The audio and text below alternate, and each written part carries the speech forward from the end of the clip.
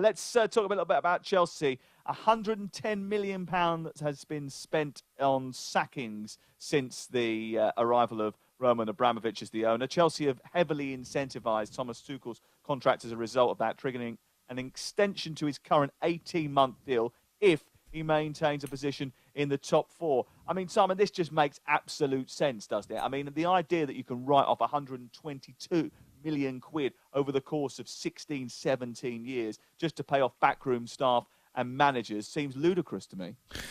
Well, yeah, I mean, a lot of the economics of football make no sense, but if you look at the dynamics of what he spent on players and say, well, OK, he spent £110 million on compensation or paying up managers early for firing them from their jobs, which is £6 million a year.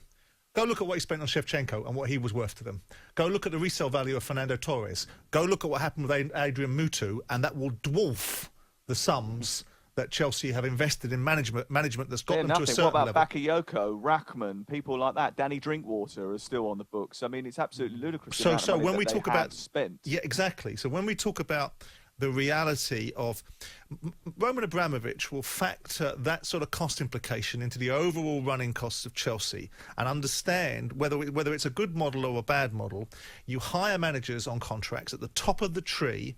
They get paid significant amount of money, which means if you get it wrong or you want to change direction because the motivations of your business are set upon a parameter of the standards the owner wants, 18 months, don't get there, out, then he'll factor that into his thinking. And in the great scheme of things, if we're talking about £6 million a year as an average over the 18 years that he's been there, right, and factor that into Chelsea's turnover, it's relatively small beer against the other profligacy, which is the amount of money that's been spent on player wages that haven't worked out, on player transfer fees that have been diminished by the value that they brought to Chelsea at the time. It goes to an overarching perspective of how much waste there is in football and how sometimes football needs a royal smack on the backside.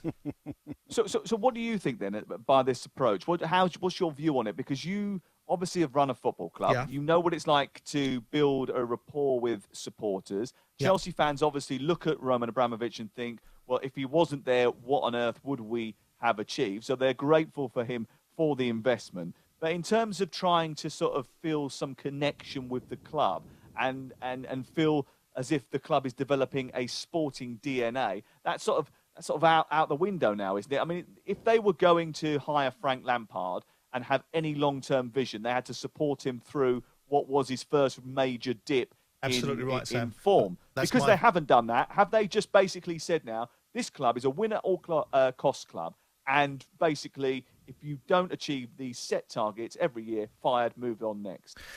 Well, yes, I don't think there's any dispute that the level that the ownership wants to achieve is at a certain level of the elite end of the spectrum. Now, the notion that you build a DNA, well, that's often banded around about football clubs. But the idea is that football supporters want to see a winning team. And whilst Frank Lampard is the exception because of his history with this football club, I do think he was appointed too soon and let go too soon. I think you're absolutely right, Sam, that he had a right, and this is from somebody that regularly fired managers and believed that people should be held accountable pretty quick. I think that he had the right, because most of the time during that 18-month period, things were going the right way. They were going into the position of being in the Champions League. They were using the youth players because they had a transfer situation that they couldn't go and buy new players. They got to an FA Cup final, disappointing they lost. They got 16 games unbeaten, went to the top of the league. They hit their first adversity, and he was given very little time to turn it around. And in fact, despite the poor performance against Fulham, they still won that game. They still won the FA Cup game. So it could have been they were on the turn. But clearly, I think the moment Tuchel became available at the end of December, some of the writing was on the wall, because he evidently, and the statement that Abramovich put out, on one hand, people were saying, it's a revelation. We've heard from Abramovich. We never hear from him. On the other side, it was pretty unequivocally damning that he had no sustained belief that there was going to be any change or any achievement under Frank Lampard's watch. And that was pretty sweeping. Yeah, it was actually quite brutal, that, in a sense, wasn't it? It was. But when you looked at it, if you're saying now that the bare minimum is to achieve a top four position, Frank did that in his first season in charge. He's been sat there whilst he was a player, watching managers come in and out the door. He knew what he was taking on. This sentimentality about the brutality of it. It's the real world, right? Yeah. You get a job, Sam. for 18 months, the owner of the business doesn't think you're going in the right direction. What do you want, a pat on the back? No, you get told you're crap, get out the door in any other walk of life. And unfortunately, what we get in football is this overplayed sentiment. No other walk of life will get somebody saying, you're not very good at your job, but here you go, here's a big bag of money to leave.